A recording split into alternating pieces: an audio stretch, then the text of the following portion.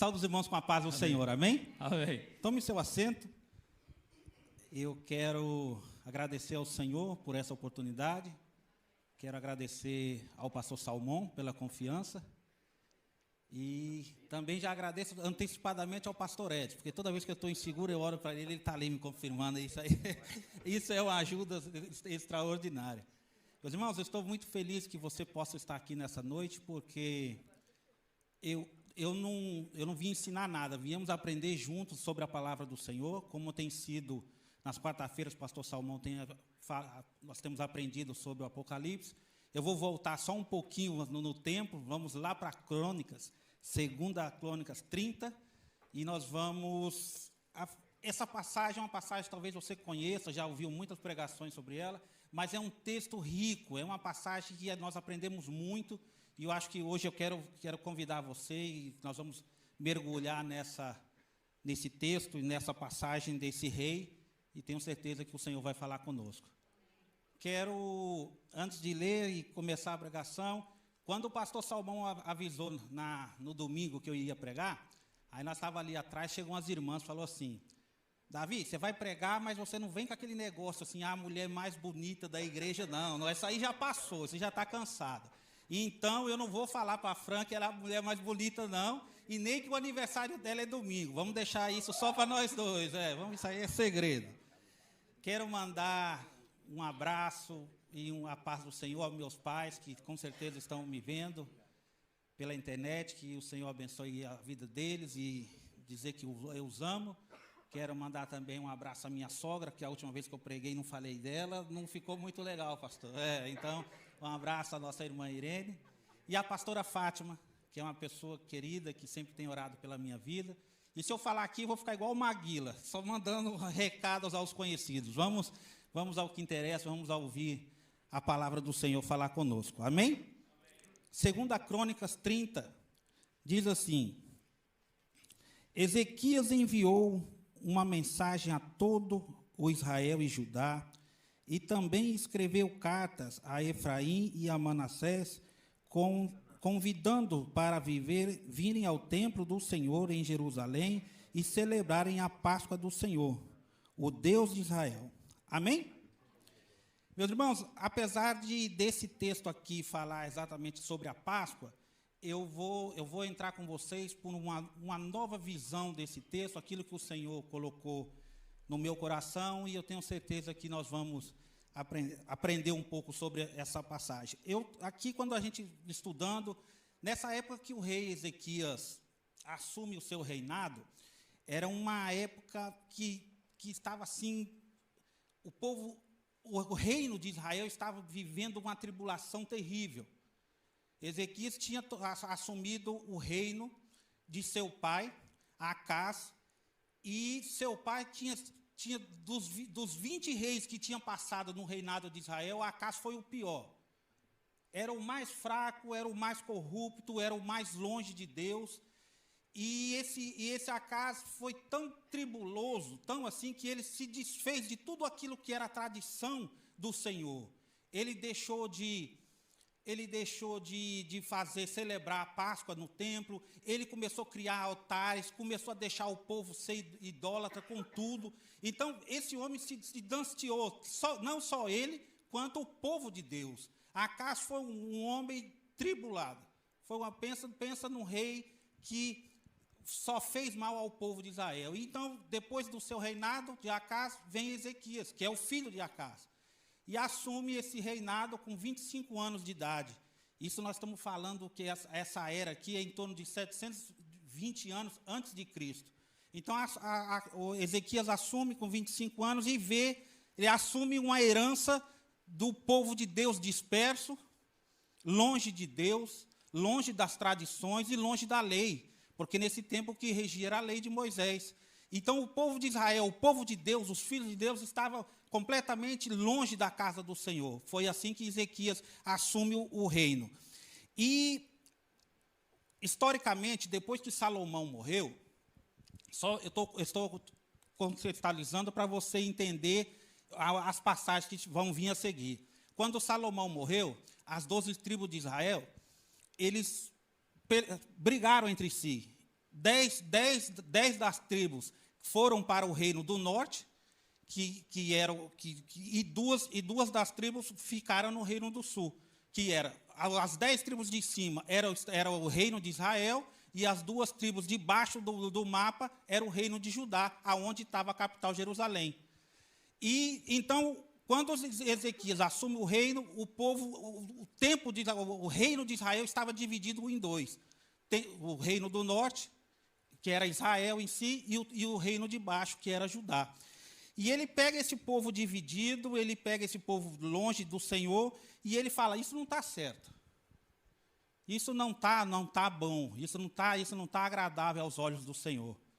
E ele fala assim, eu não vou compactuar com isso. Mesmo que eu estou aceitando essa herança, mesmo que essa herança é isso que tem me passado dos meus pais, eu não aceito isso. Meus irmãos, nessa noite aqui eu digo para vocês, muitas vezes eu tenho, graças a Deus, que eu cresci, e já quando eu me lembro por gente, eu já vi meus pais na casa do Senhor. Mas tem pessoas que não tiveram essa oportunidade, e tem pessoas que dizem assim, isso que está acontecendo na minha vida foi por culpa dos meus pais. Isso porque está acontecendo comigo é herança do meu avô que era assim. Eu bebo hoje porque os meus antepassados bebiam. Meu irmão, não aceite maldição na sua vida. Você é uma nova criatura em Cristo Jesus e nada vem de pecado, não. Você é responsável pela sua vida com Deus, e no momento que você desceu as águas, toda maldição, toda herança ruim se ficou naquelas águas ali, e agora você se tornou um novo homem. Amém? Foi assim que Ezequias pensou, falou, não, eu não aceito isso, eu não quero essa herança. Nós temos que fazer, eu tenho que fazer algo por esse meu povo, que é o povo de Deus. Então, ele começou, primeira coisa, sabe o que ele começou a fazer? Limpeza. Meus irmãos, se você quer ver uma pessoa que não está bem mentalmente, espiritualmente, é quando as coisas a casa dela é suja, o carro dela é sujo, as coisas dela é mal organizada, tudo assim. Quando você vê esses sinais, é porque a pessoa não está bem. Então, o que eu aprendo, e até os psicólogos falam isso. Se você pegar uma pessoa que é muito bagunçada, que a casa não tem onde sentar, que tudo é virado, tudo assim, isso é o estado emocional da pessoa que não está bem. Então, o que nós temos que aprender aqui também nessa noite? Temos que fazer limpeza, temos que tirar tudo aquilo que atrapalha, tudo aquilo que desfoca nós. Isso no mundo espiritual também. Muitas vezes nós estamos bagunçados, a gente ouve o pastor domingo aqui de manhã, e daqui a pouco está ouvindo coisas na internet, daqui a pouco você está confuso, é influência colocando ideias na sua cabeça, isso aqui. Meus irmãos, você quer saber qual é a maior detergente espiritual? A palavra do Senhor. Está confuso? Vai para a palavra do Senhor, ali vai limpar tudo que estiver te atrapalhando. A palavra do Senhor limpa, deixa alvo como a neve, e aí você vai ver como isso vai fazer. Então, a primeira coisa que Ezequias fez, o templo, meus irmãos, essa casa era tão doido, que ele chegou a fechar o templo, aonde o pessoal se reunia para adorar. Naquela época, o templo que foi construído por Salomão, às vezes a gente fala assim, o templo de Salomão. Não, isso é errado, o templo é do Senhor. Salomão o construiu, que foi Davi que mentalizou, mas o templo não é de Salomão, o templo é de Deus, o templo é a casa do Senhor. O templo era ali, era uma coisa tão importante, que uma vez por ano, ou as festas, todos se reuniam ali para adorar, para entregar as suas ofertas, para fazer tudo. E já a casa se esqueceu disso, ele chegou a fechar o templo.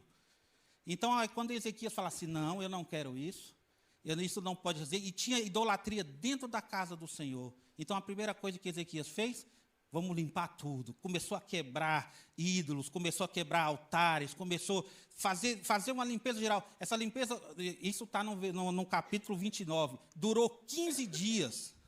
Aonde ele via coisas que não eram do Senhor, ele foi limpando. Não, ele arrumou um dumpster lá e foi só jogando coisa no dumpster, só jogando. E, na verdade, ele jogou, acho que foi num rio, ele foi quebrando tudo e tal. Até, meus irmãos, o povo estava tão longe de Deus, o povo estava tão assim, que até aquela estátua de bronze da cobra, da serpente que Moisés havia feito, para que o povo que quando não fosse picado e não morresse, até aquilo o povo estava começando a adorar, queimavam incenso debaixo da cobra, adorando a cobra que Moisés fez.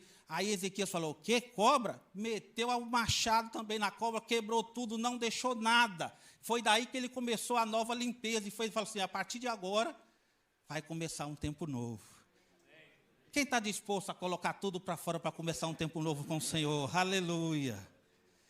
Meus irmãos, e às vezes a gente fala assim, não, mas eu não preciso disso, eu estou bem, eu estou indo à igreja todos os domingos, tal. Às vezes a gente nem percebe, mas tem coisas que, às vezes, a gente não estamos adorando mais do que o Senhor. Às vezes é o trabalho, às vezes é a nossa família, às vezes você dá mais importância a alguma coisa do que as coisas do Senhor. E às vezes isso passa desapercebido para o nosso lado. Mas essa adoração não é você só simplesmente dobrar os seus joelhos, não. É dar mais importância. Então, se eu dou mais importância a um jogo de futebol do que um culto que eu preciso vir, eu estou adorando esse meu prazer. Então, o que eu quero dizer assim, muitas vezes nós temos que nos livrar desse tipo de adoração, desse tipo de coisa, para que a gente chegue à casa do Senhor com o coração limpo, e é isso que o Senhor quer de nós, amém? E ele chegou e começou a quebrar tudo e tal, e depois de tudo limpo, depois de tudo feito, não tem mais altares, não tem nada, o que ele fez agora?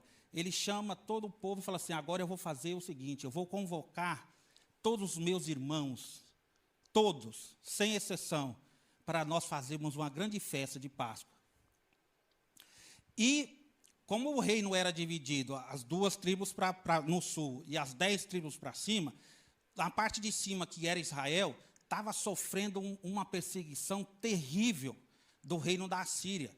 O reino da Assíria chegou no reino de Israel, começou a... Sabe o que eles faziam para enfraquecer o reino? Ele pegava as pessoas e deportavam para outros lugares. Pegava as pessoas e levava para outro lugar, mandava para outra parte do reino, e foi limpando ali para quê? Para que não houvesse a unidade, para que não houvesse o povo não ficasse unido. Então, a parte de cima, as 10 tribos estavam sofrendo uma perseguição terrível do rei da Síria. E mesmo assim, Ezequias falou, não, eu vou convidar a todos. Eu vou mandar cartas. Ele começou a pegar um mensageiro e fez as cartas, lembrando a eles dos seus antepassados que tinham feito pacto com o Senhor, e mandou os mensageiros sair a distribuir essas cartas. E, meus irmãos,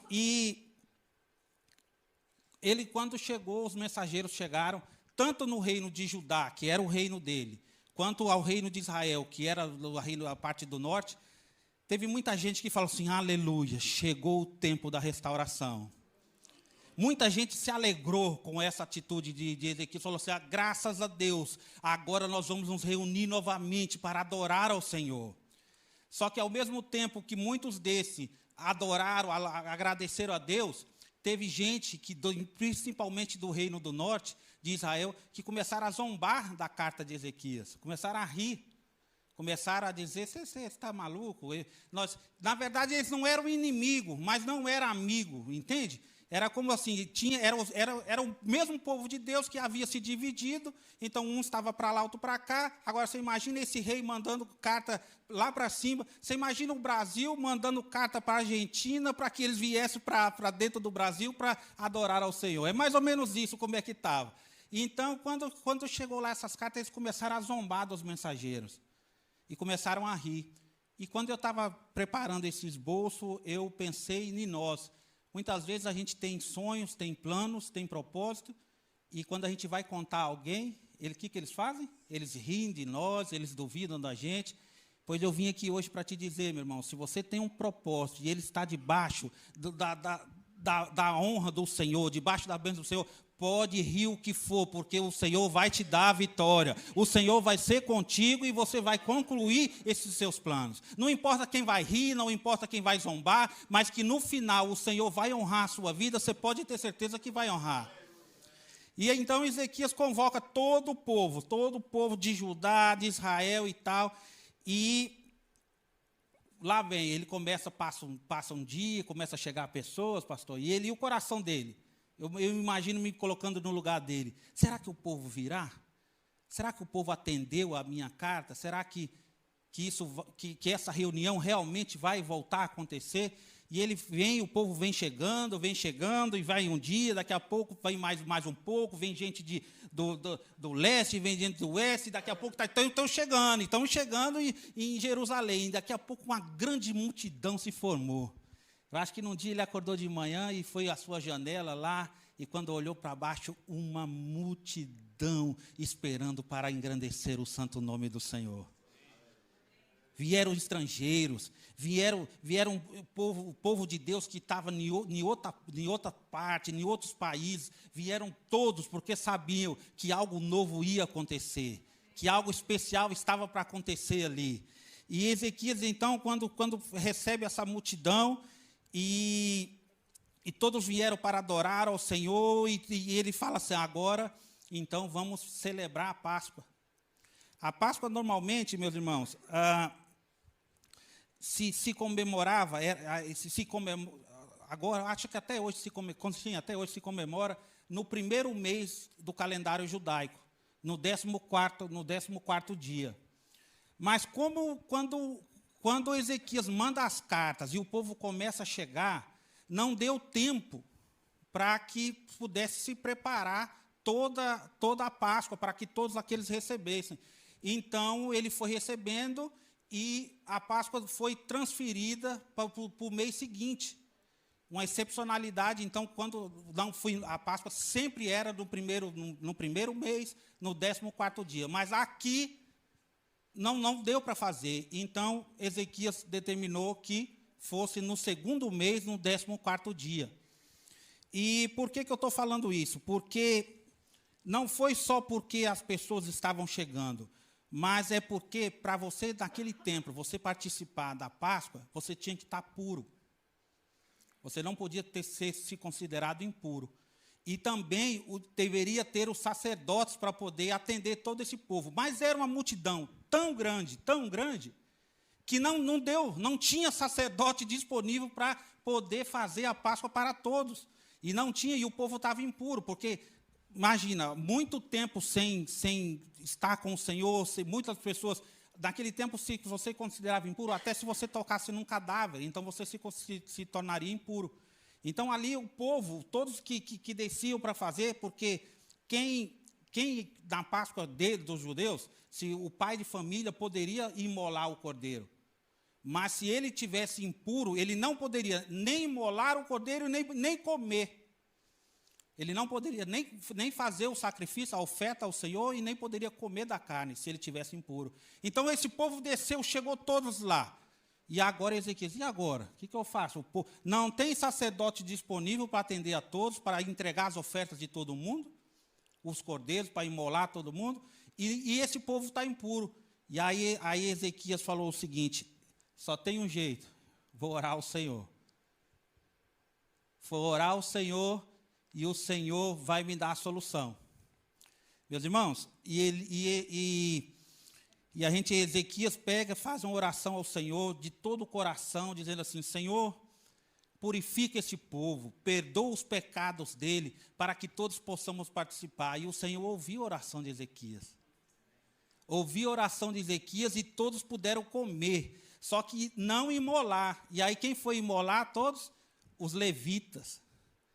Os levitas não paravam de fazer oferta de sacrifício.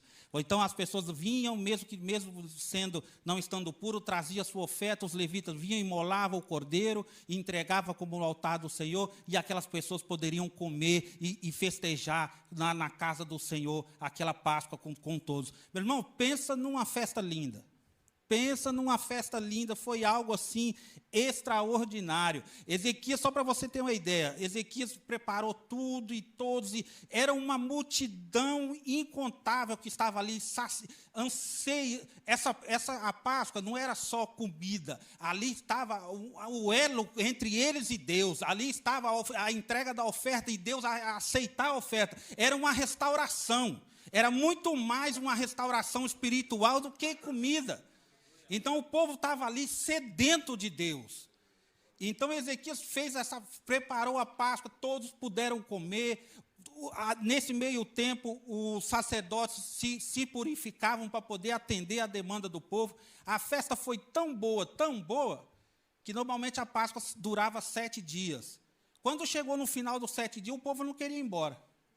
O povo falou, não, vamos ficar aqui, queremos louvar ao Senhor, cantar hinos, queremos continuar com a festa. E aí, pela primeira vez na história que a gente contada na Bíblia, se estendeu a Páscoa por mais 7 dias, foram 14 dias de festa. Ezequias trouxe só mais 1.000 novilhos para poder ser consumido na festa e mais 7.000 ovelhas. Aí os sacerdotes, os reis lá também, os sacerdotes, falaram, não, então nós vamos dar mais 1.000 novilhos também e mais 10.000 ovelhas. Pensa numa festa gostosa essa.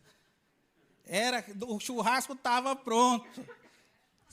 Era igual os crentes de hoje aqui, é igual nós, tendo comida e louvor, a gente pode tocar os dias que a gente está dentro. E foi assim com eles, meu irmão. Pensa numa festa maravilhosa na presença do Senhor. Aqueles que estavam fracos reformaram as suas forças. Os anciãos agradeceram ao Senhor por ter restaurado o templo, por ter restaurado a comunhão com Deus. A Páscoa, para os judeus, era o momento onde, espiritualmente, o mais importante daquela época. Era onde que eles tinham, assim, eu vou entregar a minha oferta e Deus vai aceitar e eu vou... E ali era um momento de ápice do ano para os judeus, era a Páscoa. E foi uma das Páscoas que eu acredito, da história mais lindas que foi feita ali. E depois que todo mundo comeram e agradeceram ao Senhor e fez tudo isso, aí eu parei para pensar, assim, como é que Ezequias conseguiu ter essa unidade? Porque até então eram irmãos que não se falavam, eram irmãos que estavam, vamos supor, era da sua igreja, agora não é mais. Eram irmãos que estavam com você, agora estavam desviados, estavam por outros caminhos. E como é que Ezequias conseguiu fazer essa unidade? E esse é o título da minha mensagem, a unidade no Senhor. Então, eu te dei essa breve introdução, agora eu vou começar a minha mensagem. Não, o pastor Salmão já olhou para mim ali. Antes de eu pegar, ele falou assim, tem 1.500 pessoas online. Eu falei, pastor, não sei se isso é para me agradar ou para a minha barriga doer mais. Mas eu tenho certeza que aqueles que estão online e não puderam estar aqui, que também esteja conosco nessa grande união, amém? Então, meus irmãos, chegando aí, eu coloquei três tópicos para tentar entender como Ezequias conseguiu fazer essa proeza. Depois de tanto tempo, depois de anos, o povo distante do Senhor, como é que ele conseguiu reunir o povo para essa festa? Então, eu coloquei três pontos, já não vai se tardar muito mais, não. O primeiro ponto que eu coloquei, que foi fundamental para esse sucesso de Ezequias nessa missão, foi o propósito. Foi o propósito. E isso você consegue ver lá no capítulo 30, no versículo 12, na parte A. Também em Judá se fez sentir a mão de Deus. A unidade, meu irmão, começa com um propósito comum. Quando ele manda a carta, não dizendo que para que todos viessem a Jerusalém, porque era um convite dele, não que todos viessem a Jerusalém para assistir uma pregação, não. O propósito que ele colocou específico na carta: venham à casa do Senhor restaurar aquilo que Deus tem conosco. Aquilo que os seus pais tinham de compromisso, tinham de aliança, venham restaurar isso na vida de vocês. Então, o propósito foi maior. O propósito estava maior acima do que qualquer homem, acima de qualquer vaidade, acima de que qualquer grandeza. Então, o propósito que Ezequias colocou nessa missão foi um propósito comum, da unidade do povo. Ele não quis saber se aquele pessoal das 10 tribos da parte do norte já tinham feito mal a eles, ou não tinha ajudado, ou enfim, ele não quis saber disso. Ele disse o seguinte: a mim não me importa mais nada, eu quero os meus irmãos reunidos para a aliança com Deus. E eu lembro, meus irmãos, e eu estava também, quando eu estava preparando essa passagem, eu fiz uma autocrítica para mim. Quantos irmãos nossos que a gente não vê mais, não estão aqui conosco? Alguns por alguns motivos, outros por outros, mas são pessoas que, independente de onde estão, são povos de Deus, são pessoas que merecem a sua atenção, merecem o seu carinho, eles estão no mesmo propósito, que é um dia morar com Cristo. Então, se eu e você tomarmos essa lição nessa noite, de lembrar dos nossos irmãos, independente do que eles fizeram, independente do que foi a atitude deles comigo, com você ou com outros, independente do que for, quando você puder, liga para ele, convida ele a adorar ao Senhor, convida ele para vir à casa do Senhor. Às vezes as pessoas estão fracas, esperando só uma ligação sua, uma ligação minha, dizer assim: ei, quanto tempo eu não te vejo? Você sentava do meu lado, já faz tempo que você não... Está tudo bem? Tá. Por que você não vem domingo? Nós temos um culto especial, é um culto de missão, vai ter almoço. E aí essa pessoa, tenho certeza, sabe por quê que talvez ele vai vir? Porque você não está convidando ele para julgá-lo ou para dizer nada contra ele. Você está convidando ele para vir novamente adorar ao Senhor. Esse é o propósito. E foi isso que Ezequias fez aqui, primeiro de tudo, o propósito na casa do Senhor. Amém? O segundo, que eu acho que foi depois que todo mundo atendeu, foi a unidade de coração. Meus irmãos, todos, sem exceção, que vieram para lá, vieram com o coração quebrantado. Vieram com suas ofertas, vieram preparados para voltar ao Senhor. Então, às vezes, nós estamos no mesmo propósito, só que às vezes os nossos corações estão em lugares diferentes.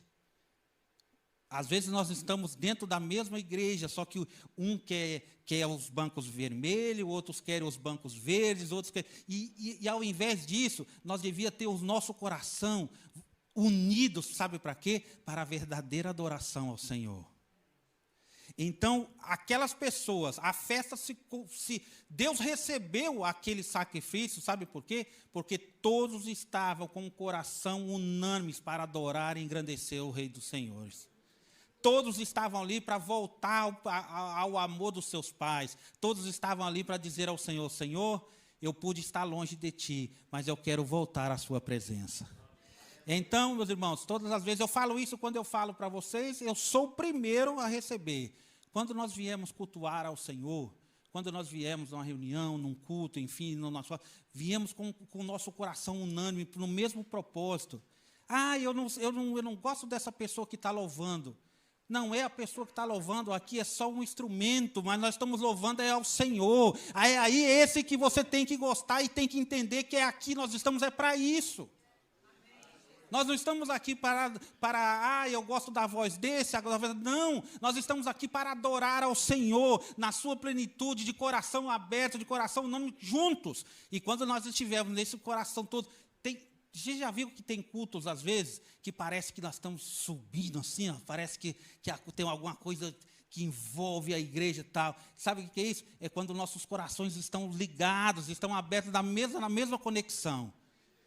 E eu tenho certeza que o Senhor aqui, o Senhor tem abençoado, e a gente tem sentido isso muitas e muitas vezes. Tem dia aqui que no louvor, a gente só falta poder voar. Aleluia, como é gostoso estar na presença do Senhor. Como é gostoso saber que o Senhor recebe os nossos louvores, que o Senhor recebe os nossos sacrifícios. Nós também sacrificamos às vezes. As pessoas estão aqui às vezes nos bastidores, chega cedo para ensaiar. Isso é oferta.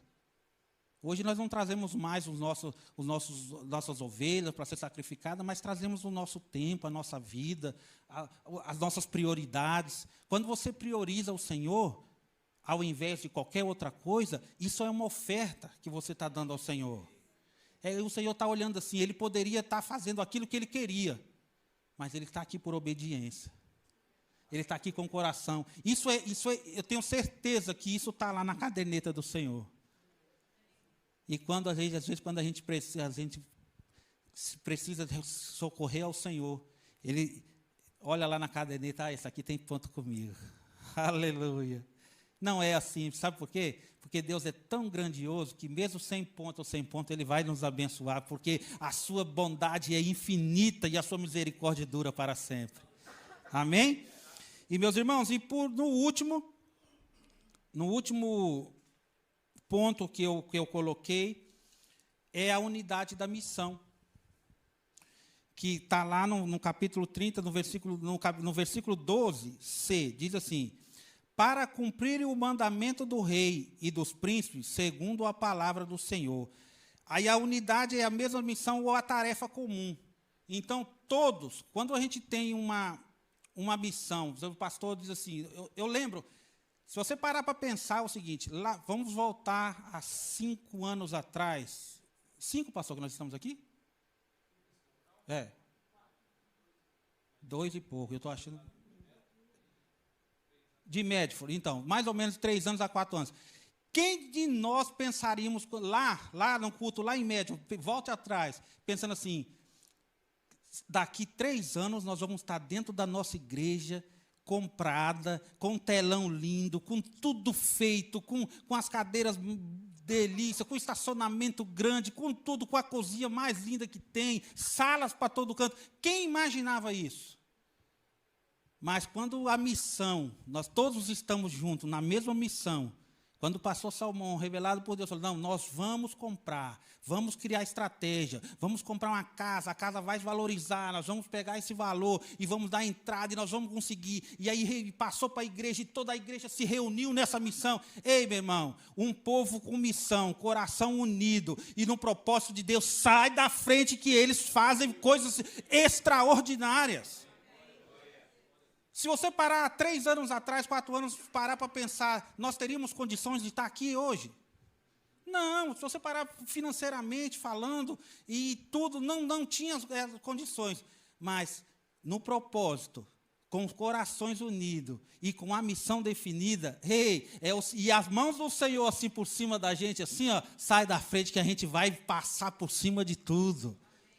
E tenho certeza que a próxima aquisição, daqui a pouco não é só isso, vai ser outras coisas, enfim. E quando nós estivermos juntos nessa missão, no mesmo coração, como o povo aqui com Ezequias tiveram, meus irmãos, eu tenho certeza que a bênção do Senhor virá sobre a nossa vida de forma abundante. E o Senhor vai ser conosco e nós vamos glorificar o santo nome do Senhor. Amém? Meus irmãos, essa é a palavra que o Senhor me deu e me ensinou primeiro para passar a vocês. Espero que você saia daqui tendo essa lição que eu aprendi, que vocês aprenderam também aqui um pouquinho, que o melhor lugar para estar é na festa onde o Senhor se faz presente. O melhor lugar para estar é dentro dos atos do Senhor. E onde a festa de Deus, onde você se dedica tendo uma festa em prol do Senhor, é lugar onde você não quer sair daí. Amém? Eu quero orar por você essa noite e quero que você saia daqui com a certeza que o Senhor vela por nós. Amém? Curve sua cabeça. Pai amado, Deus querido, nós queremos te agradecer, Senhor, porque o Senhor tem sido Deus desde os nossos antepassados e até hoje o Senhor permanece para sempre. Senhor, quero pedir por essa igreja que o Senhor esteja conosco, que o Senhor traga esse senso de comunhão, senso de missão e que nós possamos, Senhor, tirar toda a capa dos nossos corações para quando estivermos louvando, engrandecendo o teu santo nome. Pai amado, despede a sua igreja em paz, que cada volte para a sua casa em paz, de um sono tranquilo e agradável, porque o Senhor é Deus e nós te glorificamos e honramos o teu nome para sempre. Amém e amém. Aleluia. Glória a Jesus. Graças a Deus.